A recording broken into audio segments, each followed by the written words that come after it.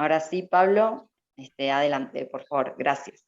Bueno, muchas gracias, Mariela. Antes que nada, agradecerles a todos los que organizaron estas jornadas. Es un orgullo de mi parte haberme formado en una universidad pública y poder devolver un poco al sistema científico-tecnológico, y en este caso también industrial, un poco de lo que fui aprendiendo a lo largo de los años que me dedico a esto, ¿no? Un poco la idea de la charla, si bien ya lo fuimos adelantando, son los lineamientos para la producción de concentrados y aislados de proteína. Eh, Tuve la suerte, fui afortunado al que se dieran 2 clases justamente para poder darles una pequeña introducción, donde vamos a ver primeramente cómo serían los factores que impactan sobre la funcionalidad de las proteínas, que después vamos a ver que es una de las cosas más importantes a la hora de producir esos alimentos, o esos insumos que en realidad más que alimentos son insumos para producir alimentos. No es lo mismo una proteína que esté funcionalizada o que haya perdido la funcionalidad, lo vamos a ir entendiendo a lo largo de esta primera charla, y la de la que viene vamos a terminar de cerrar justamente con el valor de poder trabajar de manera correcta o seleccionando la tecnología adecuada para obtener un producto con un fin específico, ¿sí? De todas maneras, en cualquier momento, si bien yo voy a tratar de hacer pausas como para tratar de ir cerrando ideas y que después ustedes puedan hacer las consultas, si hay algo que no se entienda o que necesiten que lo podamos aclarar en el momento, me pueden interrumpir, no hay ningún problema. Bien, vamos a empezar. No sé si alcanzan a ver bien la presentación, porque me aparece una pantallita que no, pero creo que sí.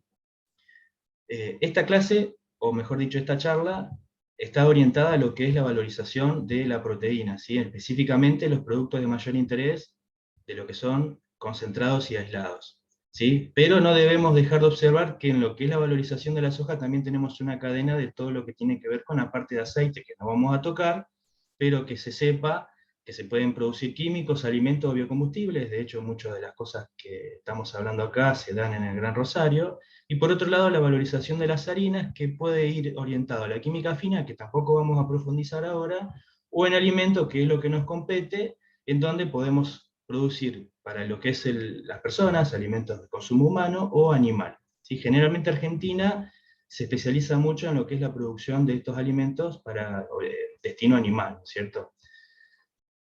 Bien, como dijimos, dentro de la química fina, pues estamos hablando de cosas que se están avanzando bastantes en el mundo. Acá estamos todavía muy atrasados, pero no hay ningún problema porque de alguna manera Argentina se va a terminar especializando en estas cosas. Pero lo que nos compete en la charla de hoy Pablo, justamente es... ¿Sí? Pablo, te interrumpo un segundo. Fíjate si podés mover ese cartel que dice favor alejar esta ventana de la aplicación Ah, compartida. bien, a ustedes también les aparece, ok. Sí, N- ahí, No, ahí está. no, No no sé cómo sé. hacer esto. Vos sabés que en la presentación del encuentro pasado había un cartel similar, pero en inglés, que decía sacar, digamos, daba la orden, daba la opción, digamos. Sí, ahí se ve. Lo que pasa es que ahora nosotros estamos viendo, no lo estamos viendo en modo presentación al Ah, PowerPoint. a ver, dame un segundo. Disculpa, estas cosas técnicas Es no que está no, es que bueno. Zoom estuvo haciendo algunos cambios Ah, y son novedades que van apareciendo, ¿viste? ok, no hay problema. A ver si así se puede Porque resolver de hecho esto. en el miércoles pasado aparecía de otra manera. Ahí no aparece, perfecto, ya está. Bien, bien, buenísimo. Sí, hay que solucionarlo en el momento, estas cosas más pasan. Bien, como dijimos, dentro de la charla que vamos a ver hoy, vamos a notar que, o vamos a focalizarnos en la producción, en la valorización justamente de las harinas orientada a alimentos para consumo humano, pero no vamos a dejar de notar que, como dijimos en el Gran Rosario, en especial las plantas grandes de crushing, que es una de las que yo estuve trabajando muchos años, se dedican más que nada a la producción animal, básicamente la harina Hypro, que muchos conocen que es la que se obtiene después de la extracción con aceite. Por otro lado, también se producen concentrados de proteína en Latinoamérica, lo vamos a ver en la próxima clase, pero se los adelanto para que tengan una idea de lo macro, ¿sí? Lo que se llama concentrado de proteína a partir de la harina Hypro, que es la que se produce acá o se produce en Brasil, básicamente, que es para darle de comer a los chanchos, los pollos, ¿sí?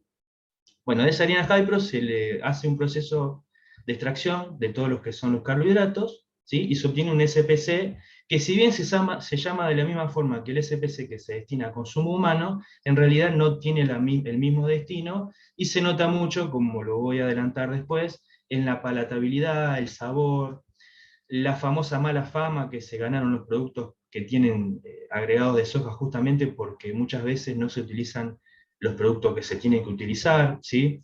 Entonces, bueno, vamos a focalizarnos en el consumo humano, pero no vamos a dejar de lado lo del consumo animal o de la producción de los insumos animales, porque es justamente lo que en Argentina hoy predomina, ¿sí? Bien. ¿Por qué es tan importante la valorización de soja? Ya lo habrán escuchado en otra charla y yo se lo voy a dar muy resumido. Tal vez valdrá la pena profundizarlo si hacemos futuras charlas, ¿sí? Por la proteína, básicamente. ¿Y por qué la proteína es tan valiosa? Y esto es una introducción muy, muy breve. Fíjense lo que es los índices de masa corporal, que para el que no lo tenga muy claro, es una manera de, por así decirlo, objetivizar un grado de qué tan obeso es una persona. Si bien esto está muy discutido, es una referencia solamente a los fines de poder notar lo que está pasando en Latinoamérica, después vamos a ver en el mundo occidental. Fíjense que cuando una persona tiene un índice de masa corporal mayor que 30, estamos hablando que es una persona obesa. Y los países latinoamericanos, fíjense que tienen un índice de obesidad bastante importante, y esto se vino incrementando mucho en las últimas décadas con todo lo que son surgimientos de alimentos hipercalóricos, digamos, y toda la moda de comida chatarra. Bien, esto no solamente pasa en Argentina o en Latinoamérica, sino en todo el mundo occidental, que es básicamente, o al menos hasta el momento, lo que de forma general tiene un mejor poder adquisitivo de los países por ahí asiáticos, africanos, que ingieren menos cantidad de alimentos, o al menos lo ingieren de una manera no tan hipercalórica como nosotros, ¿sí? Esto, digamos, se va a terminar traduciendo en un montón de enfermedades crónicas derivadas de la obesidad, y por eso desde hace tiempo que los gobiernos, en especial porque son los que terminan asumiendo el costo de toda la enfermedad de la población, le están poniendo mucha atención para tratar de revertirlo. Bueno, de hecho, muchas de las personas que deciden tener una vida más sana también le prestan mucha atención, pero en la generalidad eso se está viendo, y tampoco quiero profundizar mucho en el tema, en lo que son los sectores clase media relativamente acomodada. Me refiero a clase media a media alta, ¿sí? Las clases un poco más humildes no le dan tanta atención al tema por una cuestión de que comer sano es caro. Entonces muchas veces predomina el llegar a fin de mes, poder comer, poner un plato sobre la mesa, y eso hace que se seleccionen de manera errónea, no por una cuestión de que no se quiera hacer, sino porque no queda otra, alimentos hipercalóricos que generan ese índice de obesidad. Entonces, ante esa situación, en donde la proteína empieza a jugar un rol fundamental en este tipo de estrategias para reducir ese insumo calórico, ¿sí? Fíjense que en este cuadro lo resume, en donde lo que se busca es disminuir la ingesta calórica, ya sea sustituyendo alimentos por algunos que tengan menores cargas calóricas, cambiando la frecuencia o la reducción de las porciones, pero al fin y al cabo lo que termina predominando, o lo que de alguna manera influye mucho en el éxito que tenga ese plan, es justamente la saciedad que uno tenga sobre los alimentos. Y acá, nuevamente, disculpen un poquito que lo quiero bajar a esto, ahí está. Nuevamente, da para que tengamos una charla adicional en algún momento, o si tienen alguna consulta después, a lo mejor por correo yo se la puedo responder. Está demostrado, ¿sí?, que lo que es la proteína es una de los macronutrientes que mayor saciedad genera, no solamente en cantidad, sino también en duración. Y se lo voy a resumir acá, que lo pueden ver. De los grandes macronutrientes, que lo podemos clasificar en grasas, carbohidratos, fibras o proteínas, la que genera mayor saciedad es justamente la proteína. Y además, también se demostró que es la que prolonga más tiempo la sensación de saciedad.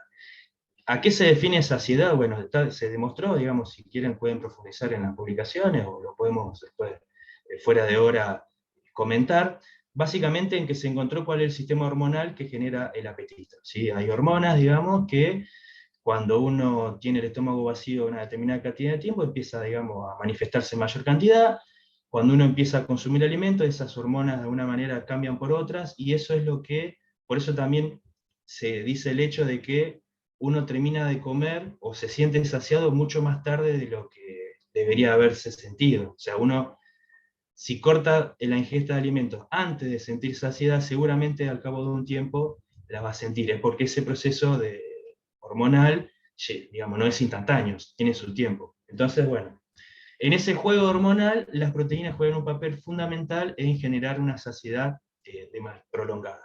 Además, presentan uno de los componentes calóricos más bajos, con lo cual, y en resumen, las proteínas cobran un papel predominante en lo que es disminuir todo lo que tiene que ver con el sobrepeso en Argentina, y por otro lado también en los sectores humildes, colaborar a la mejor nutrición. Dicho eso, la introducción del por qué no se le está dando, tal vez por una cuestión, creo, de falta de información, tanta predominancia a la proteína. Si bien uno consume proteína animal, no necesariamente tiene que ser animal. Cualquier fuente de proteína, la vegetal es un poco más sana, obviamente, pero es necesaria por un montón de razones, no solamente por una cuestión de sensación de que estoy comiendo proteína solamente para nutrirme, sino porque también en los planes nutricionales en la alimentación permitiría tener una población mucho más sana, menos obesa, me estoy refiriendo. Bien, lo primero que yo voy a presentar ahora, y me van a entender más adelante, es la producción de tofu y leche de soja, porque acá vamos a poder entender un poco cuáles son los factores en el proceso de producción después en el SPC y en el SPI, me refiero a aislados y concentrados, que influyen sobre las características que tiene. Se entiende mucho mejor primero en la leche de soja, porque es digamos, es lo más similar que tenemos para poder entender el proceso, las interacciones de la temperatura, pH, etcétera, sobre las proteínas, de lo que es el aislado de proteína. Y por otro lado, lo que es concentrado, vamos a ver de que si bien sigue un camino diferente, las interacciones de la proteína con los diferentes mecanismos de reacción que le podamos incorporar es similar. Ahí está. Bueno, principalmente, ¿cuál es uno de los principales problemas que tenemos en productos de lo que es la leche de soja o concentrados? ¿Sí? Principalmente hay un rechazo general de lo que es Argentina. El argentino promedio no ocurre así en otros países, pero en Argentina sí, por una cuestión de un montón de prejuicios que fueron infundados. Y cuando yo me fui a hacer un curso de especialización allá en Chicago, que vendría a ser como el centro principal a nivel mundial de investigación de este tipo de alimentos, el muchacho que nos dio la charla, casi todos estuvimos de acuerdo porque creemos que dio en el clavo de cuál fue el problema en Argentina. El problema en Argentina es que cuando se presentaron estos productos, se nombraron con el nombre de leche de soja. Y en Argentina, la leche es tiene un lobby muy grande, y no podían llamarse de la misma forma. Ese fue el principal error, y por culpa de ese error, de alguna manera en Argentina la leche de soja casi que ni se consume, principalmente leche de vaca, pero a diferencia en Estados Unidos y en otros países está muy difundido el consumo porque, bueno, se encaró desde otra perspectiva.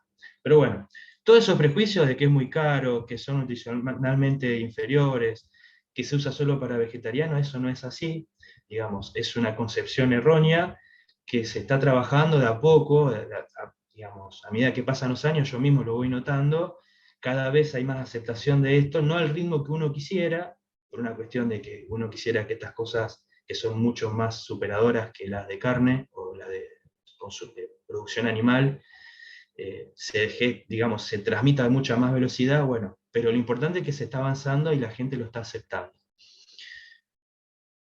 ¿Cuál es la estrategia que se planteó en el grupo de Argentina que estamos en colaboración? Digamos, se formó un grupo muy lindo que está trabajando sobre estas cosas, yo por el lado del CONICET, con otras personas también, pero hay también gente que está en Rosario, en la parte industrial.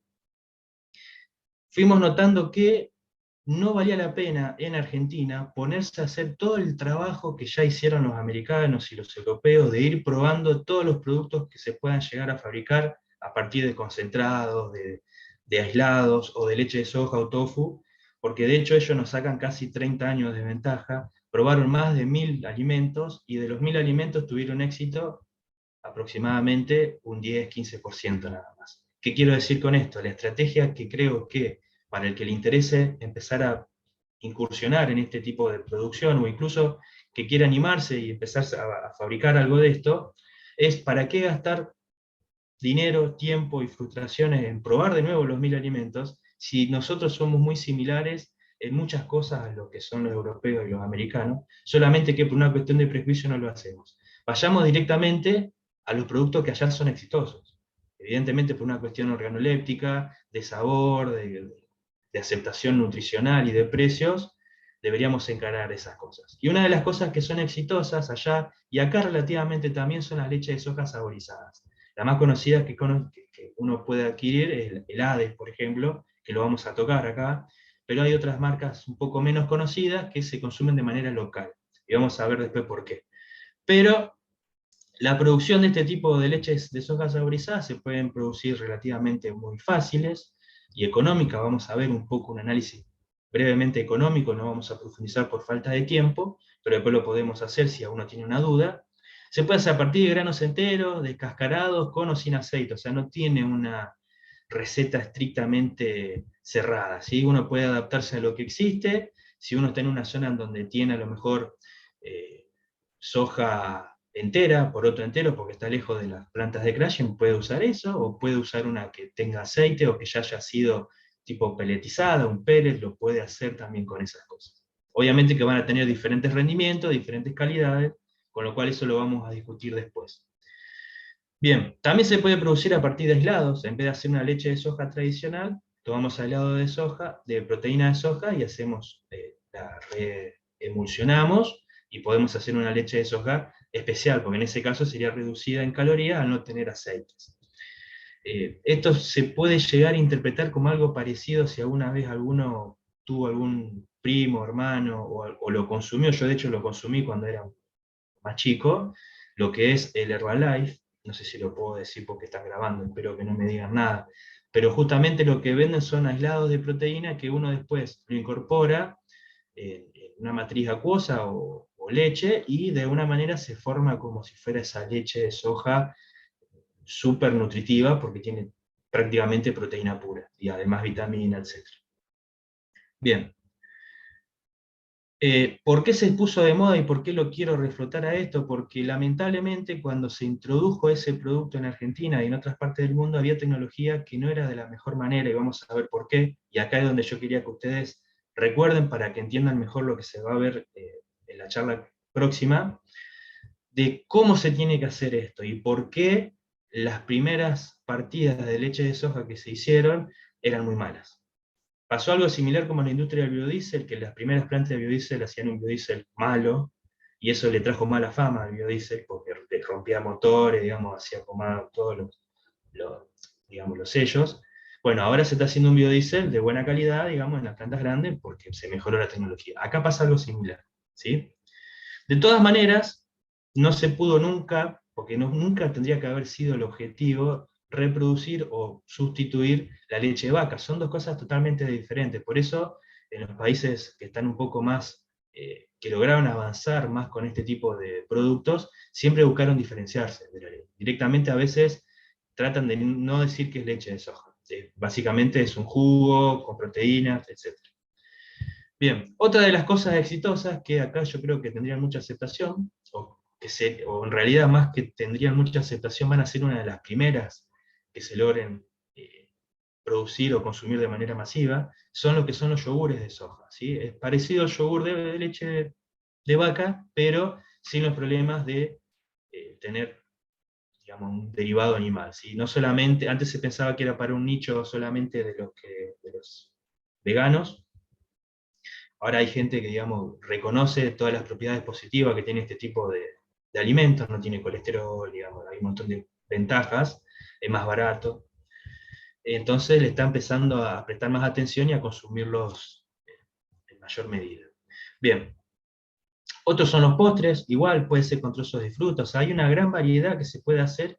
De hecho, no sé si alguno logró ir a Estados Unidos, y no quiero ser repetitivo con ese país, pero es uno de los que mayores cantidad de productos de este estilo tiene. Uno cuando va y,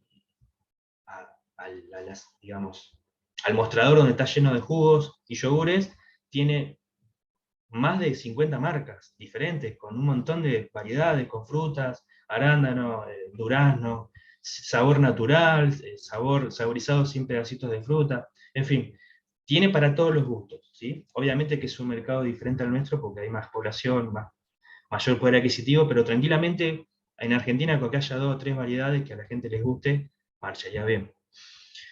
Ok, estos son los jugos que conocemos, que son los Hades, no voy a profundizar mucho más porque ya lo conocemos, que la verdad que el problema que tienen es que tienen muy poca proteína, justamente porque todavía el paladar, y no hay una planta grande de leche de soja que lo haga de buena calidad acá todavía, la gente no lo termina de aceptar y por eso logra ponerle un poquito de leche de soja nada más, no le pone mucho más, ¿sí?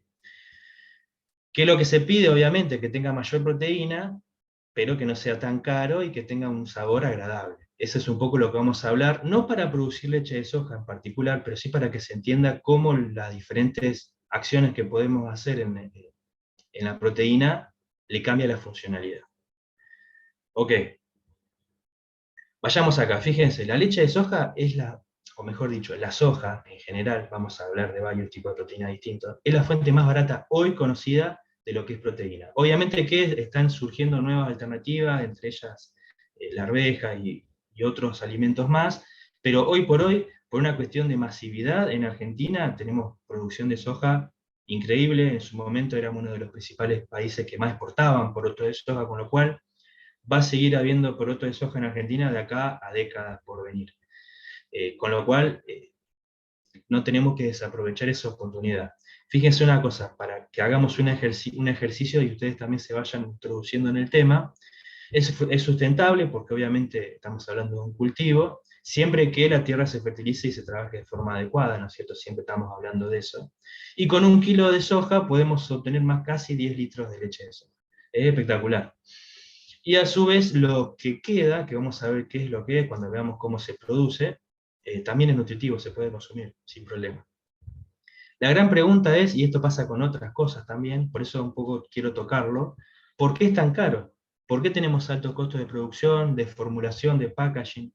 ¿Cómo podemos hacer, o en realidad cómo si a alguien le interesaría empezar a fabricar esto, acá, que tenemos todas las condiciones para que en algún momento, o sea, esto se va a venir, yo siempre trato de decirle, en algún momento se va a dar, no es que es opcional. Es como la electricidad, antes de que venga la electricidad, alguno habrá dicho, che, cuando venga la electricidad, bueno, esto se va a venir, en Argentina va a estar. Entonces está bueno siempre estar a la vanguardia de esto, si no vamos a ser emprendedores o no vamos a por lo menos saber de que esto es lo que se va a venir y ir viéndolo con ojos de padre de alguna manera, como diciendo, mirá, yo en algún momento esto no estaba y cómo se está empezando a implementar. Bueno, fíjense en un poquito, estas son las especificaciones de un tipo de leche de soja. Proteína, cada 100, casi 100 gramos totales de producto tenemos un 3%. Es espectacular. Si uno mira, si uno la compara con la leche de vaca, estamos hablando de cosas muy similares. Sin todos los problemas de que hay mucha gente que es intolerante a la lactosa. De hecho, no lo quería incorporar en esta presentación, pero se los voy a decir. Más del 80% en Argentina de las personas es en alguna medida intolerante a la lactosa. Cuando digo en una medida, no todos son 100% intolerantes, yo soy parcialmente intolerante, o sea, si uno lo quisiera hablar de esa manera, más de la mitad de la población argentina no puede procesar el 100% de la proteína de la leche que consume. ¿Sí? Eso es un dato importantísimo, más que nada en estos momentos en donde tenemos un límite, un índice de pobreza fenomenal y muchos chicos están consumiendo leche y no todos la están aprovechando de la manera que lo tendrían que aprovechar. Esto eliminaría ese problema porque la leche de soja, o mejor dicho, la proteína vegetal eh, no tendría esa limitación hoy en las personas que tienen pocos recursos. Bien, vayamos a los costos, que a los ingenieros nos gusta mucho eso, ¿sí? Fíjense, el costo estimado de la soja, obviamente que esto puede variar, en especial con lo que está pasando hoy, pero vamos a redondearlo un poco, $350 la tonelada, vamos a suponer, $0,35 el kilo. ¿Sí? Con eso sacamos más o menos 7,5 litros de leche. Digamos, extrapolando el costo, digamos, con la calculadora, si quieren lo pueden chequear, tenemos un costo por litro de leche de soja de aproximadamente 0,05 dólares, perdón, el litro, ¿sí? Contra la leche de vaca, que estamos hablando que vale casi 100 veces más. Esta es una referencia para que ustedes entiendan cuál es el problema, o mejor dicho, por qué es caro. Bueno, uno de los problemas es justamente la economía de escala. No hay una planta grande que permita licuar los costos fijos de lo que es este tipo de industrias. Es simplemente anecdótico, pero lo quería introducir para que ustedes vayan entendiendo un poco, porque esto pasa con los mismos productos con el SPI. Es igual, como es un insumo, el SPI como tal no se puede comer, sino que se tienen que incorporar alimentos, ocurren cosas similares a estas. Entonces un poco está bueno tener una visión marco, que es lo que le quería transmitir en estas dos charlas. Bien. ¿Cómo lo podemos hacer para tratar de evitar ese problema de competitividad? Bueno, producir y vender leche fresca es una alternativa. Lo mismo ocurre con los otros productos de proteínas que involucran proteína. Obtener bebidas frescas y valorar, bueno, obviamente eso es, digamos, se sobreentiende, que es lo que es el objetivo principal que demanda el consumidor, ¿sí? Pero más que nada, como sigue esto una economía de escala, lo que hay que hacer es incrementar el volumen. Esa es la estrategia de comercialización a tener en cuenta a la hora de aconsejar a una persona que se pueda acercar a ustedes y preguntarle, mirá, me gustaría producir esto. Bueno, tengan presente que lo principal que tienen que tener en mente es justamente la economía de escala. ¿Es recontra rentable y le saca competitividad terriblemente a la leche normal? Sí, pero en una escala lo suficientemente grande como para que ese efecto de costos variables superadores tengan realmente o se noten en la parte contable. Bien, entonces, otra de las cosas que yo quiero remarcar, y por eso estoy tocando leche de soja, es justamente la tecnología. Vamos a fabricar una leche de soja mala en donde la gente la va a consumir y de nuevo las nuevas generaciones que no recuerdan ese sabor horrendo que tenía la que se decía antes, digan, no, la leche de soja es horrible, todo lo que tiene soja es horrible, y obviamente pateemos este desarrollo para 20 años más adelante hasta que el público se renueve. Bueno, tenemos que elegir la tecnología adecuada que ya existe, ¿sí? Hay que saber nomás buscarla, no agarrar la primera publicación que uno encuentre de cómo se hace leche de soja y utilizarla. Uno de los problemas más grandes que yo me presento como profesor también de la Facultad de Ingeniería Química en Santa Fe es la cantidad excesiva de información que hay de todos los temas de ingeniería. Uno cuando entra en la computadora, que yo le digo a mis alumnos, bueno, estudien tal cosa, y cuando se ponen a estudiar, obviamente si no tienen una guía detrás, un poco que le estemos sesgando todo eso, es terriblemente extensa la bibliografía que hay. Es muy difícil poder resumir en un tiempo acotado, que responda a una necesidad. Bueno, entonces, muchas veces está bueno que haya una persona que se haya especializado un poco en esto y les pueda decir... No, ya está, ya está. Igual empezaba la presentación. Bueno, pensé que era una pregunta. Bueno, entonces un poco la idea es poder orientar mejor cuáles son las tecnologías que realmente son las modernas y que la que mejor aplicaría a lo que es el público argentino, ¿sí? Bien. Y obviamente una de las cosas, digamos, a tener en cuenta, que por ahí yo me llevé una sorpresa, a mí me costó entenderlo como ingeniero, pero que lo que es el packaging y todas estas cosas tienen un impacto profundo en lo que es el inicio de cualquier emprendimiento de estas características, ¿sí? Bien, ¿qué es lo que hay que tener en cuenta? No solamente en esto, sino en todas las cosas, lo van a ver que tiene un impacto importante, la calidad de la materia prima, puntualmente el poroto de soja. ¿Sí? ¿Qué variedad vamos a usar? Si es GMO o no GMO, en Argentina más del 95% del poroto de soja que se está exportando es GMO, si es una variedad, digamos, transgénica. ¿Qué tiempo de madurez tiene? Si es los primeros lotes apenas se empieza a cosechar, o si son los tardíos, o en el medio, eso también impacta. El nivel de humedad y obviamente el nivel de proteína, que como sabemos, o al menos los que estamos en el tema, nosotros tenemos un nivel de proteína muy inferior al de Brasil, ¿sí? Dígase por una cuestión, digamos, probablemente que estamos sobreexplotando las tierras y no le estamos dando el fertilizante que necesita. Cuando a mí me tocaba estar como ingeniero de desarrollo en una planta de crushing, notábamos que año a año, de hecho mes a mes se notaba, iba cayendo una décima de puntito de la proteína, contra la que se estaba exportando desde lo que es Brasil, que es nuestro vecino más cercano. Y eso hacía de que se empiecen a pagar multas y había que modificar el proceso de producción, castigando mucho más la harina, pero tratando de compensar esa pérdida de proteína que se tiene. Por eso muchas veces, a la hora de elegir una tecnología, ojo qué tipo de proteína, o mejor dicho, qué grado de proteína estamos partiendo. Porque muchas veces para llegar a una especificación técnica de un producto comercial, como el SPC, que te demanda un 65%, tenés que ver si vas a llegar con el nivel de proteína que tenés. Entonces, estas son las cosas que yo les estoy diciendo para tener en cuenta a la hora de encarar un proyecto de este estilo. Bien. Por otro lado, una de las cosas a tener, porque impactan terriblemente, lo vamos a ver en un par de gráficos ahora, es el almacenamiento del poroto. En dónde se almacena, qué temperatura y qué humedad, impacta terriblemente en lo que es el rendimiento, o mejor dicho, el grado de funcionalización de la proteína. Vamos a ver. Ahora vamos a ver, a grandes rasgos, porque no es algo importante la producción de leche de soja, pero cómo se produce, ¿sí? Porque es un proceso que sigue los mismos parámetros de lo que es la extracción del SPI, que serían los aislados, ¿sí? Es una extracción acuosa. En este caso también es una extracción acuosa.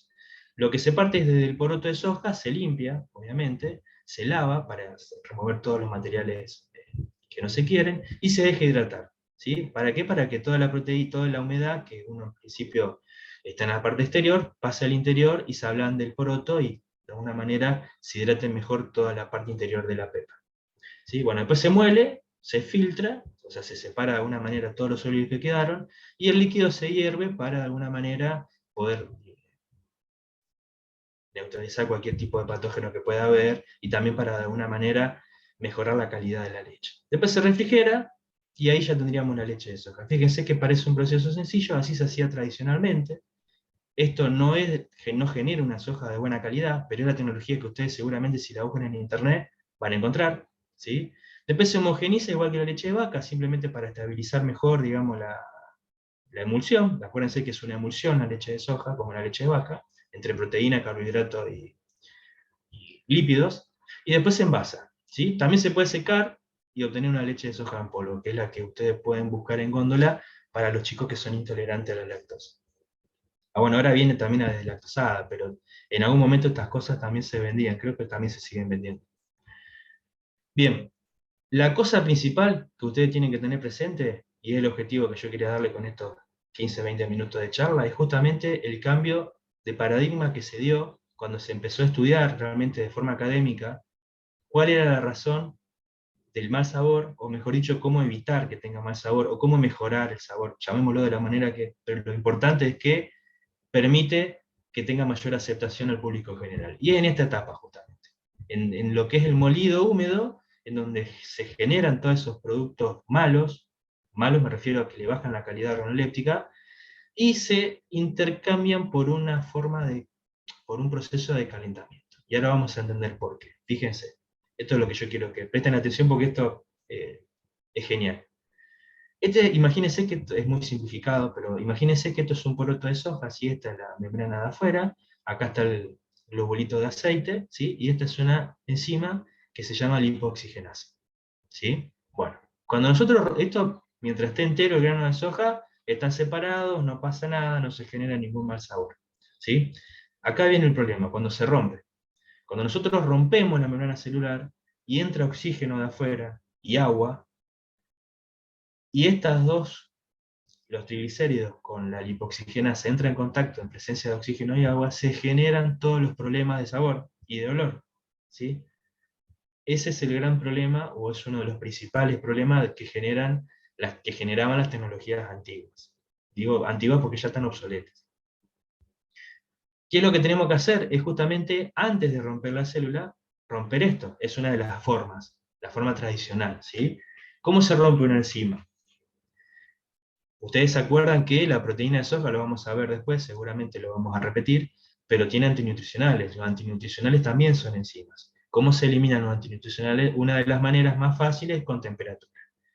Ustedes cuando tienen la clara del huevo, ¿sí? Cruda, la clara del huevo la pones en un vaso de agua, la revolvés, se mezcla, está genial.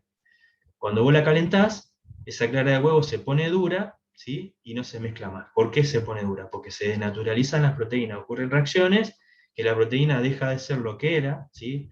Pierde funcionalidad, que es justamente una de las razones que estamos viendo estos temas, pierde funcionalidad y ya no la recupera más. En ese caso es irreversible. O sea, ustedes por más que lo mezclen un montón de tiempo, la clara de huevo cocida no se va a volver a mezclar más con el agua. Entonces, esa por temperatura es una de las maneras de que la proteína deje de ser lo que era. y por eso los antinutricionales, cuando las plantas de Crushing desolventizan, después la tostan, y por eso el proceso del tostado. Es justamente para todas esas proteínas que hacen mal, las destruyamos, entonces dejan de existir. Bueno, en esto es básicamente el mismo criterio. Antes de romper, se calienta, se cocina el poroto, cosa que cuando después se rompa, estas enzimas, por más que haya oxígeno y agua, no generen los compuestos de mal sabor y mal olor. Esa es una forma. Obviamente que vamos a entender que cuando hacemos eso, las proteínas que eran solubles, como la clara de huevo, dejan de serlo. Y si vos querés extraer esas proteínas y dejaron de ser solubles, estás haciendo algo que no se tiene que hacer. Bueno, por eso también en leche de soja se puede hacer de otra manera. Y de hecho en el SPI se hace de otra manera. Pero para que ustedes entiendan cuáles son las causas, ¿sí? Bueno. Otra de las causas es que justamente como esto reacciona y genera malos sabores, tenemos dos tipos de proteínas diferentes, las que están unidas a la fibra, ¿sí? Que son las que generan ese sabor a grano, ese sabor, digamos, a cereal, amargo, ¿sí? Perdemos rendimiento porque justamente la proteína, al estar pegado a otro macronutriente, no puede disolverse en el agua, ¿sí? La fibra decanta, con lo cual no, estamos hablando de las fibras que son las dietarias, ¿no? Pero también pueden ser las fibras orientadas más a los que son los carbohidratos grandes. En ese caso sí están solubles, pero le dan ese sabor amargo, ese sabor a grano. O sea, siempre son indeseables. Pero las proteínas que se liberan al sistema acuoso lo más libre posible son las mejores, porque justamente no le dan ningún tipo de sabor desagradable al producto, ya sea SPI o leche de soja. Eso es lo que buscamos, una proteína lo más libre posible. Pero contradice el proceso que yo les nombré anteriormente. Si yo la caliento, la estoy castigando, deja de estar libre, pero no tiene mal sabor. Ahora, si yo la dejo libre, no genera mal sabor, pero algunas tienen malo sabor. Entonces, en ese proceso digamos, no es armonioso, es de compromiso, es una situación de compromiso. Hacia qué producto quiero ir, qué tecnología tengo que elegir. Ustedes con esto, obviamente que tal vez mañana se olviden, pero pueden recurrir a bibliografía porque es el secreto. A la hora de ustedes seleccionar una tecnología, presten atención a qué producto quieren hacer, ya sea leche de soja, concentrado o aislados, qué es lo que quiero vender. Y en base a qué es lo que quiero vender, voy a tener que elegir algo que impida que se genere esto, pero al mismo tiempo que me permita tener el producto que yo quiero. Bueno, no quería perder más tiempo con esto, voy a seguir. No sé si tienen alguna duda al respecto a esto, pero es simplemente algo teórico para que ustedes entiendan cómo impacta la temperatura, ¿sí? En lo que es la calidad o la funcionalidad del producto final. El proceso de producción de leche de soja, fíjense que es bastante sencillo. Estamos cargando, digamos, el poroto de soja. Este es digamos, es una línea que lo que hace es justamente, acá se le incorpora agua, se humedezca, como habíamos visto antes, ¿sí? Entra en un tanque pulmocito, con un molino que se muele, se calienta, y estos son dos centrífugas decantadoras que separan lo que es el sólido que queda agotado, por eso se hace dos veces, de lo que es la leche de la emulsión, digamos, que se está extrayendo. El sólido pasa por dos, disculpen que no, acá no pasa nada, pasa por dos centrífugas simplemente para poder extraer todo el líquido que se pudiera, y el resto, digamos, una parte se extrae, porque está agotado, y otra parte, si se quiere, se recicla para producir o incrementar el rendimiento haciéndole una extracción posterior. Y lo que es la leche de soja, si lo ven acá, ¿sí? Va a un desodorizador para sacarle algunos aromas que pueda llegar a tener, que no son justamente solamente los que se producen con el proceso que vimos anteriormente, sino que puede también acarrear otros aromas diferentes, también que tiene la misma leche de soja. Acuérdense que el aceite de soja también tiene problemas, digamos, con lo cual el desodorizador es para un poco eliminar la mayor cantidad de aromáticos posibles, de los que generan aromas. Eso también le mejora la calidad final del producto. Y después un clarificador y un homogenizador, como lo habíamos visto, que es solamente para estabilizar la emulsión. Y posteriormente se le hace algún tipo de pasteurización o ultrapasteurización para mantener la calidad del producto mayor cantidad de tiempo, y va a un tanque de almacenamiento para su posterior envasado. Estas son un par de plantitas para que vean, estamos hablando de plantitas chiquititas, demostrativas. En Argentina tenemos de estas por ahora, ¿sí? De hecho, la idea es, esto no es rentable, pero alivia muchísimo, o el objetivo que tuvimos en su momento, tratar de implementar este sistema, es poder dárselo a comedores grandes, digamos, donde a lo mejor con una bolsa de soja y agua puedan preparar alimentos de calidad que se puedan consumir en el momento, ¿sí? Bueno, nunca se pudo gestar ese proyecto, se frustró durante unos años, ahora a lo mejor tenga sentido reflotarlo. Bien, fíjense que es de baja producción. Acá si nosotros tenemos que cargar los fijos a esto de una persona, un operario, nunca no es viable el proyecto. Por eso estas son plantas demostrativas para posteriormente, de un proyecto que le pueda llegar a interesar a un inversor y ustedes lo puedan llegar a asesorar, planteenle esta etapa como solamente una parte de prueba, pero apuntando siempre a la escalabilidad. Bien, como envases, esto va para todas las cosas, pueden ser botellas, cajas de cartón o sachet. Para hacerla corta y no perder mucho tiempo en esto, también tenemos la misma situación que con la leche de vaca, puede estar pasteurizada, ultra pasteurizada o aséptica, lo que es la larga vida. Cada uno de esos procesos tiene un grado de inversión característico, obviamente que a mayor grado de asepsia más caro es el proceso, ¿sí? Pero a los fines prácticos, como es un tema de escalabilidad, hoy por hoy, a la hora de recomendar este tipo de proyectos, el más económico es el sachet, ¿sí? Porque estamos hablando de no castigar tanto el sabor, ¿sí? No hacer una inversión importante y al mismo tiempo que el packaging sea barato para poder introducir en el mercado un producto que demandaría una economía de escala muy grande, pero que como no la tenemos que compensar de otra manera. Esa es la conclusión un poco para lo que es el perfil de Argentina para este tipo de productos, ¿sí? Quiero verla ahora para no perder mucho más. ¿Cómo pasa el tiempo? Bien.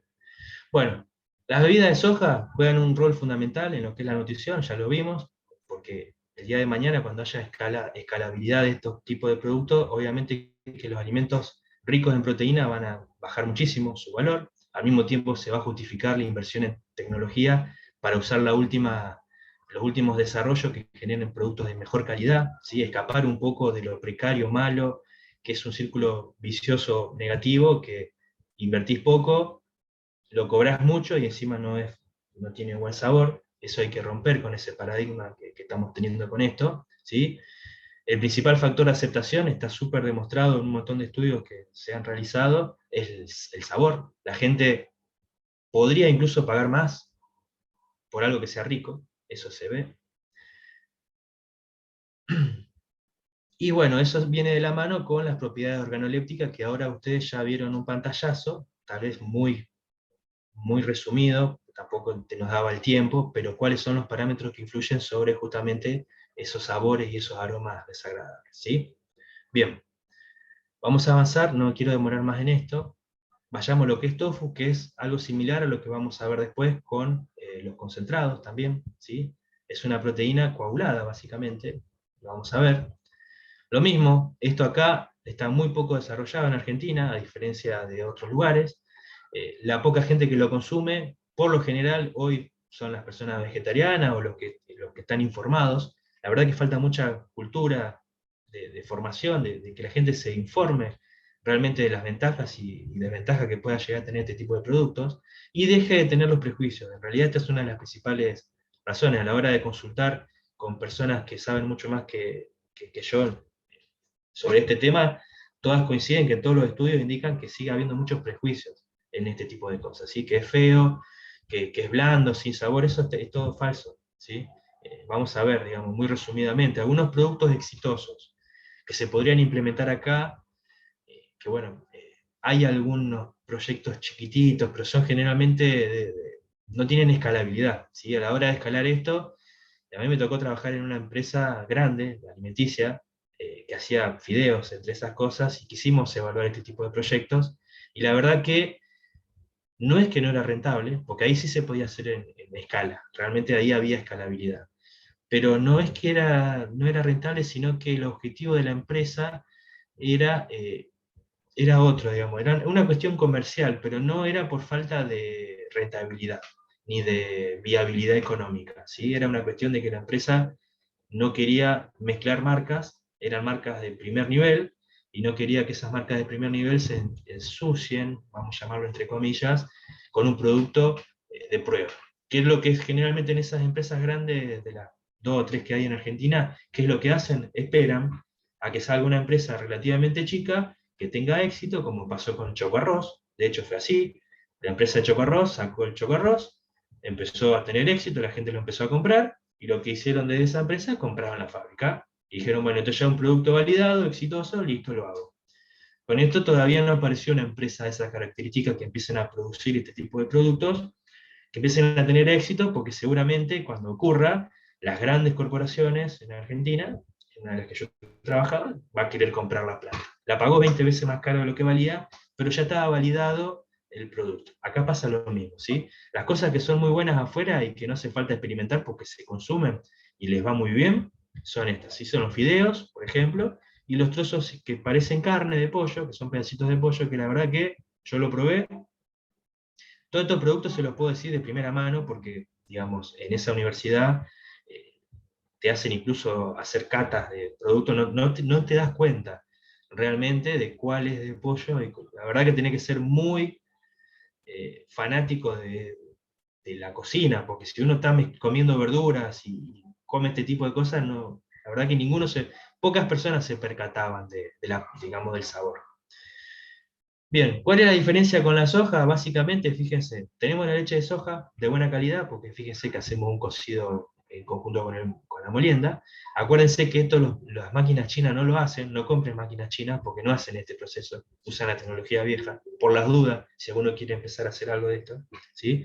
Pero teniendo leche de soja de buena calidad, con la tecnología adecuada, lo que hacemos, le agregamos el calcio, que básicamente es lo que coagula la proteína, ¿sí? Y después una agitación como para homogenizar y dejar que madure, o sea, que decante, tenemos, digamos, el tofu, ¿sí? Es una prensa. Ahora, en esta etapa, nosotros podemos jugar, de hecho, en realidad en estas etapas, nosotros jugamos para darle diferentes propiedades al tofu, ¿sí? Y acá es donde, bueno, esto también se puede deshidratar, si quisiera hacer un fideo seco. Nosotros podemos jugar con esos parámetros para poder obtener tofu de diferentes propiedades, si más duro, más crocante, no más crocante, más duro, más turgente, más quebradizo, ¿sí? Dependiendo del producto al que queramos destinar. ¿Cómo es que ocurre esto? Nosotros tenemos una proteína que con el calor se empieza a desplegar, se empieza a abrir, por así decirlo, ¿sí? Con más calor empieza a haber reacciones entre proteínas, básicamente entre los enlaces de azufre, y después, cuando uno le agrega el coagulante, básicamente lo que es el calcio interacciona con ese manojo de proteínas y genera de alguna manera la precipitación. Acá se ve de una manera un poco más gráfica, no con esas líneas feas que estaban ahí, pero básicamente tenemos este tipo de proteínas, ¿sí? otros elementos, macroelementos, gotitas de aceite y proteínas un poquito más grandes. Lo que hacemos, digamos, en la leche de soja es una pequeña emulsión, digamos como la leche de vaca, la normal, y cuando le agregamos el coagulante, el tofu en realidad es la precipitación conjunta de todos estos componentes. Si lo queremos ver de forma microscópica, se ve algo así, ¿ven? Donde cada una de esas pelotitas es justamente uno de esos agregados que precipita y se junta con el que está al lado, ¿sí? Interacciona con el que está al lado y de alguna manera parece como que se pegara. Si no es que se pega, pero de alguna manera sí se genera algún tipo de apelsamamiento. Bien. Como les decía, dependiendo de esos parámetros de operación, nosotros le podemos otorgar diferentes propiedades. Y en esto estoy yendo muy rápido y la verdad que me gustaría tener más tiempo en otra charla, a lo mejor que me puedan invitar, podemos ampliar un poco más, porque esto la verdad que es un mundo y está lleno de este tipo de productos y la verdad que muchos no se dan cuenta las personas que están comiendo, porque es la verdad que le das la forma que quieres. Fíjense, tenemos los tofu firmes. A ver, esta es una de las cosas que por ahí a mí me pasó hasta que me informé. El tofu parece como que es una cosa china, es una cosa de Oriente, de Asia.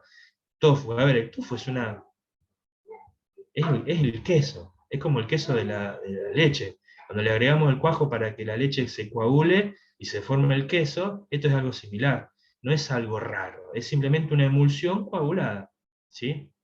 No deja de ser una mezcla de carbohidratos, proteínas y aceite, igual que el queso, solamente que de origen vegetal. Por eso ustedes saben que hay quesos cremosos, hay quesos duros, hay queso para rallar. Bueno, Acá pasa algo similar, ¿sí? Tenemos diferentes tipos de, perdón que no veo el marcador, acá está, diferentes tipos de tofu. Tenemos el tofu blando, que se fractura, ¿sí? Que lo podés quebrar, y el tofu firme, ¿sí? Que de alguna manera, fíjense que hay metodologías cuantitativas en donde uno puede incluso chequear que el producto que está queriendo fabricar esté bien, ¿sí? Bien. Bueno, acá vienen un poco los efectos de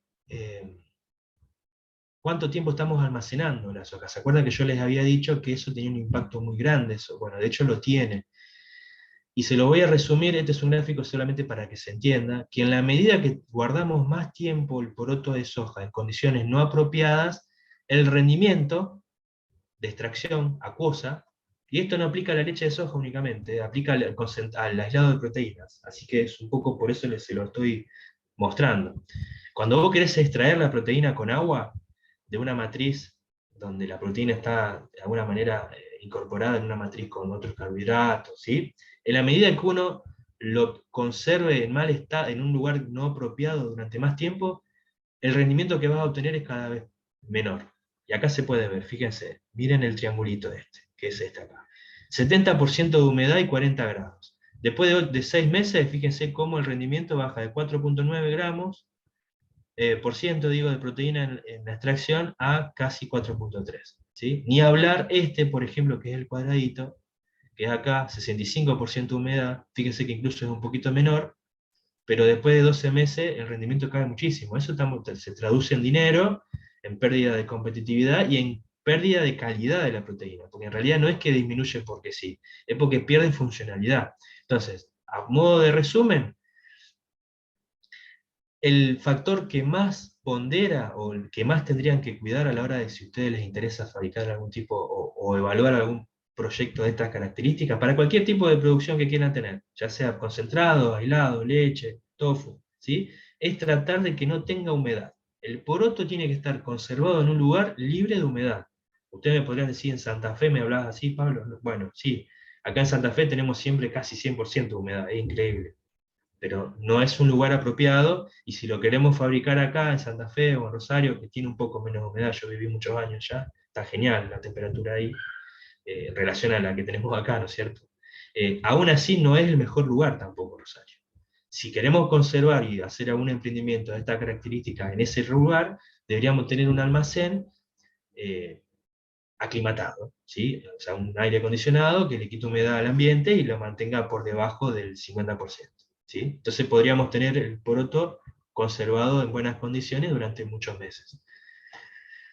Bueno, acá se ve un poco mejor, digamos, o sea, de alguna manera no tan gráfico, sino fíjense cómo gramos de proteína que se puede extraer cada 100 gramos de poroto. Fíjense que acá se traen 500 y después de 7 meses en un lugar que no se guardó bien, esto nos funde, hace que la empresa sea totalmente inviable. Más allá de que la proteína de soja tenga un precio muchísimo menor que el de la carne, esto te saca del mercado. No es factible, esto no es aceptable. Perdemos casi un 400% de rendimiento. No. Por eso yo les comentaba que tengan cuidado con estas recomendaciones que yo les digo para evaluar cualquier proyecto que tenga que ver con extracción o purificación de proteínas. Bueno, bien. Cerramos un poco lo que es la parte teórica, que no sé si espero que les haya interesado lo que es eso que vimos de cómo hay que conservar el poroto, o en realidad en realidad lo que vimos es lo que no hay que hacer. ¿Sí? No sé si tienen alguna duda al respecto de lo que se vio. ¿Sí? Si bien no era el objetivo, porque queríamos siempre hacer SPI y SPC, ahora tenemos una base un poquito más fuerte para poder saltar a eso. Los escucho si tienen alguna duda sobre lo que se vio o lo que no se vio.